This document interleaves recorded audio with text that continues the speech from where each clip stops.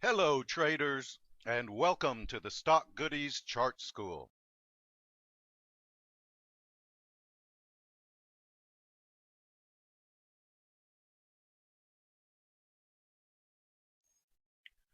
The AD line will be positive when the close is in the upper half of the high-low range for the day, and it will be negative when in the lower half.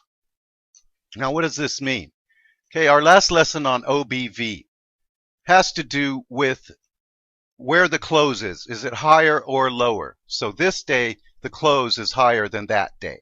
And the volume was huge. So the OBV would have gone up. The reason AD did not go up and instead went down, okay, starting on this day, the stock closed just below the midpoint of the high-low range for the day, okay? This day it closed a little bit above. But the downtrend in the AD line started on this day because the stock closed right here, which was very close to the bottom of the high-low range for the day. So the AD line starts going down. Okay, why this is important is it takes more into account of where the position of the close is relative to the day's action. Okay, and that's important because whenever you see a lot of tall upper wicks, like this shooting star right here, which closed at the low of the high-low range for the day, even though the close was higher than this day right here, okay, and volume was pretty average, the AD line took a real big hit to the downside that day, okay? And that shooting star also signaled the top. But as you can see, the AD line right here started to predict weakness in the stock because the close, whenever you see a close at the low end of the day's range, that even though the stock goes up, that's a sign of the bears are winning the day. Okay, and it took a couple of more days, but finally the shooting star showed up and the stock went ahead and went down. Now, this day was a close at the low of the high-low range. This day was below it. This day was also a close very close to the bottom of the high-low range. And then this day here, the close was at the top of the high-low range for the day. It was an up day over that day. Volume wasn't that big, but the AD line did start to uptick.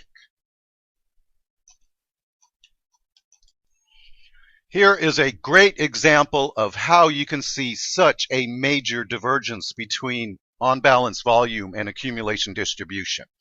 Okay, OBV fell like a rock for two reasons. First of all, the close was much lower than this day's close. Not sure why it gapped down so big at the open, but it could have been bad news or a bad earnings report.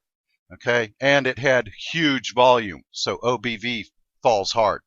The reason the pink AD line is up is basically because of the position of the close in relation to the high-low range of the day. Okay, the bulls actually won this day by closing it so close to the top of the high-low range for the day. In other words, they saw a buying opportunity and bought the gap down. So when you see a divergence between OBV and AD, there is a reason behind it. Look especially for the position of the close. Okay, and the volume is very important too. An uptrend in the AD line indicates that buying pressure is prevailing on a regular basis, while a downtrend of the AD line indicates that selling pressure is prevailing. Also, bullish and bearish divergences serve as alerts for potential reversals in the price trend. So let's take a look first at how the AD line is confirming an uptrend, then a downtrend, and then another nice uptrend. Okay, that's perfect. That's how it's supposed to look. But what you need to watch out more for are the divergences, either bullish or bearish. Here is a great example of a bullish divergence between the pink AD line and the price of the stock. Let's start at the beginning here. From this point to the low, it's tracking perfectly. Up to the high, it's tracking perfectly again. But once we get to the bottom on the AD line, it starts to move up well before the stock price actually starts to move up.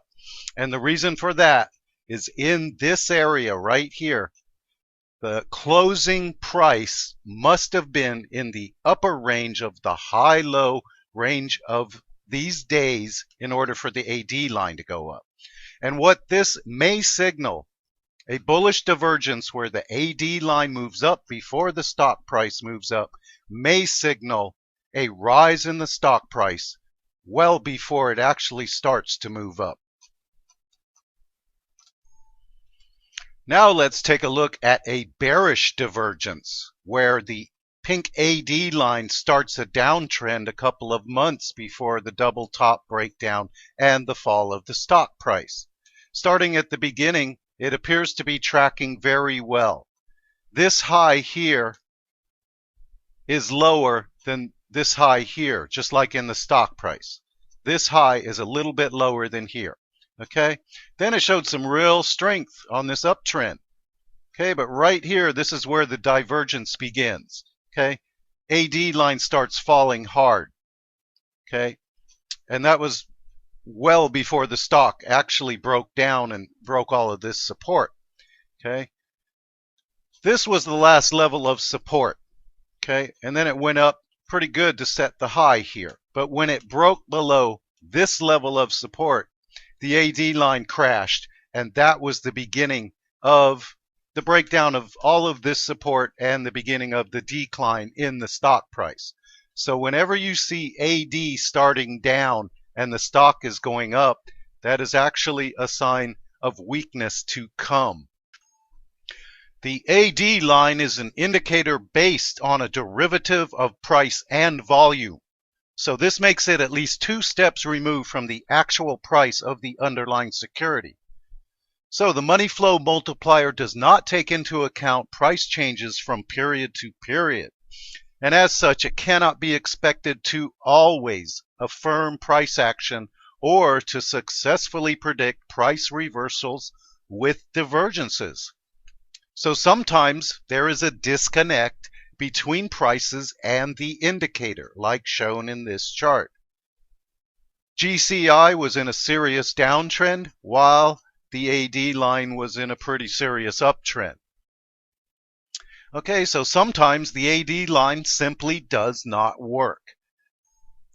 And as with most indicators, it is very important to use the AD line in conjunction with other aspects of technical analysis, such as the momentum oscillators and chart patterns. It is not to be used as a standalone indicator.